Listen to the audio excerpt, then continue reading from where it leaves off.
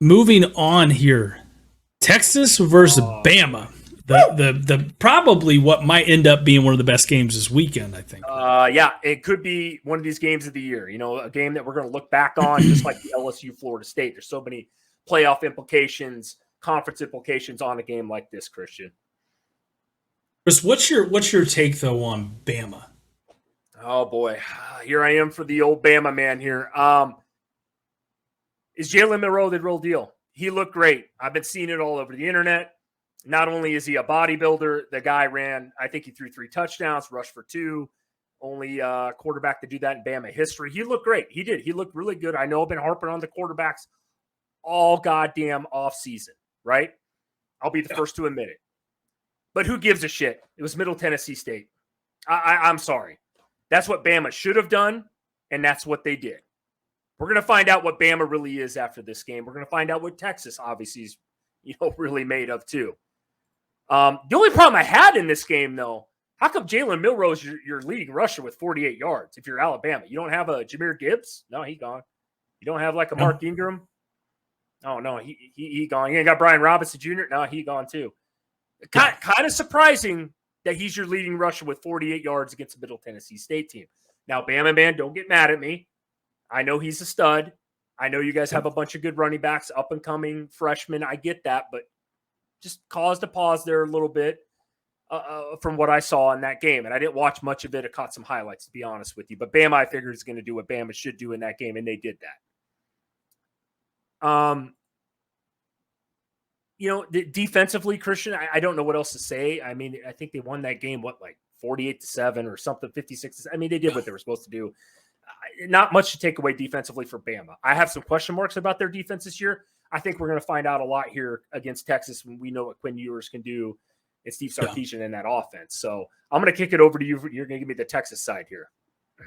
Yeah, I mean, I think, again, looking at this game, because, the same thing with Texas, and they played Rice, and, it was really not a close game. Texas, they did what they were supposed to do as well. If Quinn Ewers wasn't injured last year, in the first quarter of that Bama game, Texas beats Bama. You're not going to change my mind on that. They almost beat them with a quarterback that was hobbling around the damn field for 3 quarters. So, I personally believe, Chris, in this, that Texas, from an experience standpoint, just having guys that have played a lot of football, I don't know so much about talent. Alabama's obviously a really talented team, but Texas, let's not forget, they got some talent coming in too. Texas recruits well. Yeah. It's one of those things, especially when you look at what Bama lost as far as wide receivers and what Bama lost as far as running backs last year and quarterbacks. It's a little different. I know Texas lost Bijan Robinson, but look at what they gained, especially in that wide receiver room. That's a huge upgrade for them. Oh, yeah. So you obviously know how I feel about having experience at the quarterback position. Absolutely. That is such a huge thing. And Texas has got it. And Bama kind of has it. They got a guy that started a couple games last year for him, played in a couple games, but he's probably not one that he's one that there's a big question mark there with Jalen Milroe, obviously. Look, I think the Longhorns defense is going to be much better this year, and it should be interesting to see, how does that match up against Milroe, and the Tide. Can they bottle up that run game and force somebody to beat them throwing the ball on that Bama side? That, to me, is going to be very interesting. On the flip side of that, for Bama, some injuries have been kind of discussed in their secondary, right? Yeah. And if they're injured, we saw that the LSU Florida State game, right? Those big, strong, fast receivers of Florida State lit up LSU. If Bama's secondary's hurt and they got to play some young guns out there, look for Texas to feast on them. Chris, I'll kind of give you my final score prediction right off the rip. Give me Texas 31, Bama 24.